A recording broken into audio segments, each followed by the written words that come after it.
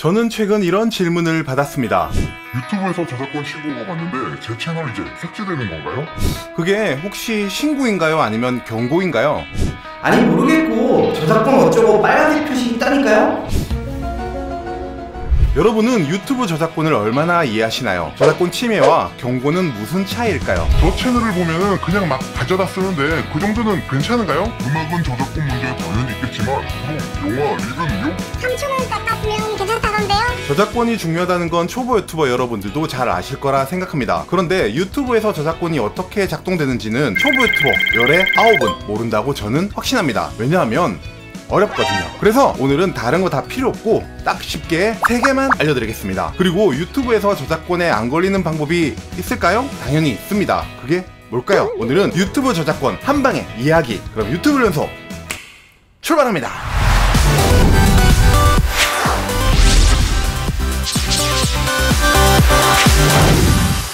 네, 안녕하세요. 훈련소장입니다.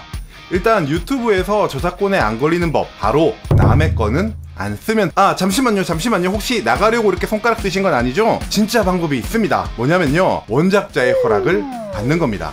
네? 당연한 얘기 아니냐고요? 뭐 또 그렇다고 침까지 이렇게 뱉으면 제가 감사합니다. 유튜브에서 저작권 관련 영상을 보면 대부분 결론이 이렇게 끝나죠. 근데 뭔가 좀 어렵죠? 어떻게 하는 게 좋을까요? 일단 먼저 유튜브 저작권이 어떻게 돌아가는지 이해하는 것부터 시작하는 게 좋을 것 같습니다. 자, 말로만 듣던 콘텐츠 아이디, 이거부터 알아볼게요. 1. 유튜브 저작권의 핵심 콘텐츠 아이디. 일단 이게 제일 중요합니다. 이 콘텐츠 아이디라는 건 콘텐츠의 지문 같은 겁니다. 혹시 여러분 카페에서 어떤 노래가 흘러나왔는데 이게 뭘까 궁금해서 네이버 앱을 열고 음악 검색으로 노래를 찾아보신 분 있으시죠? 그 시끄러운 카페에서 나오는 음악도 정확하게 다 찾아줍니다. 미리 네이버에서 그 노래를 어떤 방법으로 분석해 놓은 거겠죠? 유튜브도 마찬가지입니다. 음악뿐만 아니라 영상도 전부 유튜브에 미리 등록해 놓으면 지문처럼 남아서 다른 사람이 올린 콘텐츠와 비교해보고 일치하는 찾을 수 있게 되는 거죠. 쉽게 말해 유튜브의 저작권 판별 기술입니다. 이 기술은 유튜브가 2007년에 무려 1억 달러를 주고 사온 알고리즘입니다. 그 이후로 훨씬 더 발전해와서 지금은 넘사벽 수준이라고 하죠. 콘텐츠 아이디의 주요 역할은 내 저작물을 이용해 다른 사람이 콘텐츠를 만들어 유튜브에 올리는 걸 관리하기 위해서입니다. 제가 관리라는 말을 썼는데 이게 사실 가장 비슷한 말이긴 하거든요. 콘텐츠 아이디에 저작물을 등록하는 사람을 CMS 권한을 가진 사람이라고 하는데 음악이나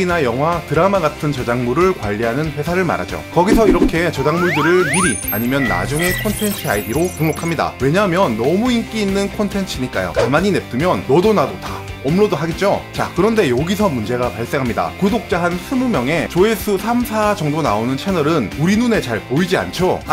본인 채널 말고요. 유튜브에서 저작권을 침해당하면 가장 기본은 내가 직접 신고를 하는 겁니다. 근데 이렇게 작은 채널까지 일일이 찾을 수는 없잖아요. 아니 본인 채널은 본인 혼자 이렇게 맨날 보니까 그렇게 보이는 거. 그렇기 때문에 유튜브에 미리 이 저작물을 시스템적으로 관리해주세요 하면서 등록하는 것이 바로 콘텐츠 아이디의 핵심이라고 할 수 있습니다. 자, 아시겠죠? 그래도 잘 모르겠다고요? 그럼 다음으로 넘어갑니다. 이 저작권 침해 신고와 저작권 경고의 차이.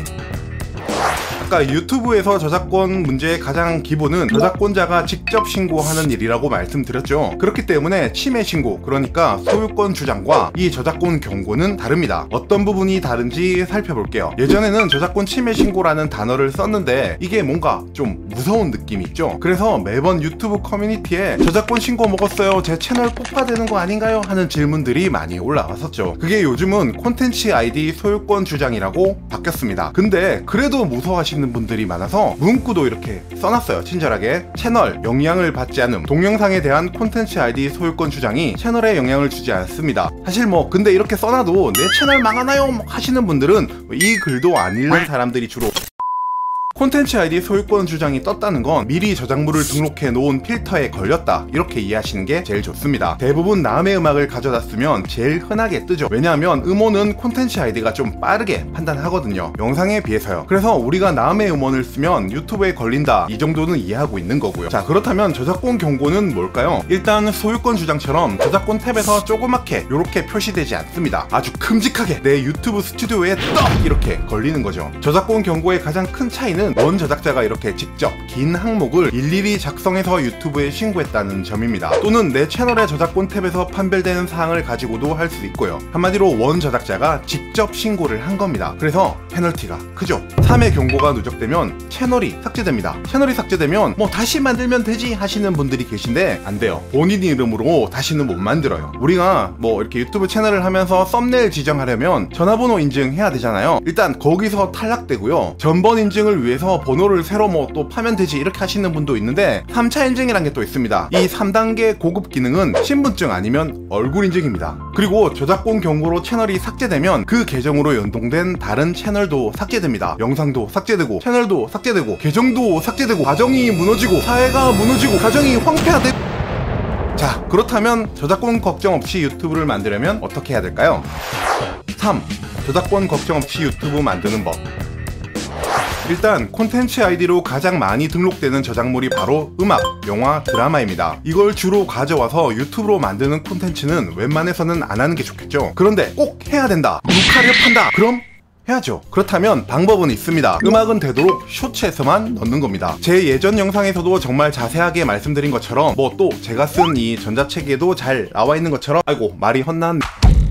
쇼츠에서 사운드 추가로 선택한 음원은 소유권 주장 없이 쓸 수 있습니다. 유튜브가 사용료를 내거든요. 웬만한 대중음악은 거의 다 있으니까 여기서 쓰시는 걸 추천드릴게요. 근데 꼭 롱폼에도 쓰고 싶다고 하시면 조금만 더 기다려보는 것도 방법이 될 것 같습니다. 원하는 곡의 음원을 미리 구입해서 저작권 문제없이 콘텐츠 하나에서만 딱 사용할 수 있는 기능인 크리에이터 뮤직이 우리나라에서도 출시될 예정이라고 하니까요. 현재는 미국에서만 시범적으로 운영되고 있다네요. 자, 그리고 영화 드라마의 경우에는 공개된 예고편만 제한적으로 쓰시되 먼저 영화사, 제작사의 공개 메일로 콘텐츠의 목적, 예고편의 사용 범위 등을 명시해서 허락을 받는 걸 추천합니다. 이게 뭔가 번거로울 것 같지만 의외로 가장 깔끔한 방법입니다. 예고편의 경우 제작사 측에서는 최대한 많이 퍼지면 홍보 효과를 얻을 수 있어 좋거든요. 다만 비평이나 좀 이렇게 욕하는 목적으로 제작한다면 허락해주진 않겠지만 사실 그렇게 쓰고 싶으시다면 나중에 큰 채널이 되어가지고 공정 사용이라는 범주로 쓰시면 됩니다. 작은 채널일 때는 유튜브가 공정 사용으로 잘 안 보는 경향이 있거든요.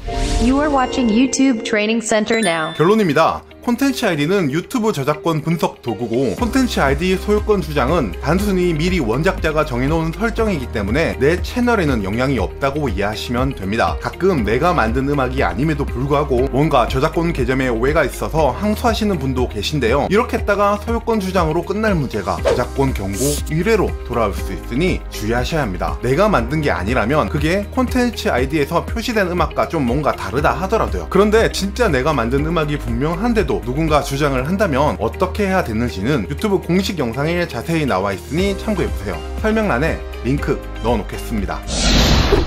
유튜브 훈련소. 마지막으로 팁 하나 더. 가끔 보면 유튜브에서 본인이 만든 음악이라고 출처 표시만 하고 써도 된다고 하는 채널들이 있는데 저는 여기서 음악 가져와서 쓰는 거 비추천합니다. 콘텐츠 아이디 등록은 나중에도 할 수 있는 걸 악용해서 음원을 먼저 무료로 이렇게 뿌린 다음에 한 1년 2년 뒤에 콘텐츠 아이디를 등록해서 광고 수익을 가로채는 일들이 많습니다. 왜 나중에 등록하냐면 뒤에 밀린 영상은 사실 수익이 가져가는지 그렇게 잘 알기가 어렵거든요. 제 주위에서도 2년 전에 올린 영상이 갑자기 저작권 침해 떴다고 하시는 분도 꽤 있었고요. 외국에서는 정말 비일비재한 일이라 되도록 음악은 유튜브에서 무료 제공하는 이 라이브러리를 쓰시거나 좀 더 좋은 품질이 필요하다면 유료 음원 사이트를 이용하시는 게 제일 안전합니다. 사실 뭐 세상의 공짜는 내가 숨쉬는 이 공기뿐이다 이런 말도 있으니까요. 자, 그럼 저작권에 대한 이야기는 뭐 공정사용법도 그렇고 할 내용이 너무 많이 있지만 제 전자책에 자세하게 써놨으니 궁금하신 분들은 이 설명 링크를.